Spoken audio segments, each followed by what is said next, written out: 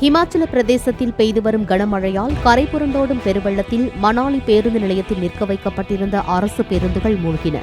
தொடர் மழையால் சிம்லா, மணாலி உள்ளிட்ட பல்வேறு பகுதிகளில் ஏற்பட்ட வெள்ளம் மற்றும் நிலச்சரிவால் சாலைகள், மேம்பாலங்கள் உள்ளிட்ட கட்டமைப்புகள் பலத்த சேதமடைந்துள்ளன.